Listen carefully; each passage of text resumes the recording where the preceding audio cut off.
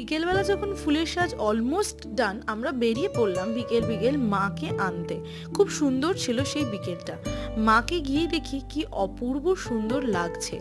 নিয়ম আছে, মাকে নিমন্ত্রণ করে নিয়ে আসতে হয়, তাই মা সেখানে পান পাতা আর অনেক রকম জিনিস দিয়ে মাকে নিমন্ত্রণ করলো।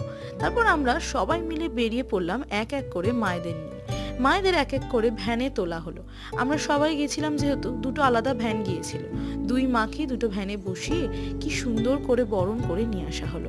তারপর ঠান্ডায় কাঁপতে কাঁপতে আমরা সবাই মিলে মাকে নিয়ে চললাম বাড়ির উদ্দেশ্যে। বাড়িতে সবাই অধীর আগ্রহে অপেক্ষা করে আছে মাকে দেখবে বলে। আর আমরাও ঢাক বাজাতে বাজাতে আনন্দ করতে করতে মাকে নিয়ে চললাম বাড়ির উদ্দেশ্যে।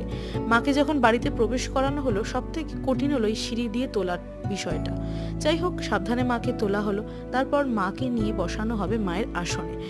এরপর আমাদের পুজো কেমন কাটলো আসছে নেক্সট ব্লগে, দেখতে থাকো কিন্তু, স্টে টিউন।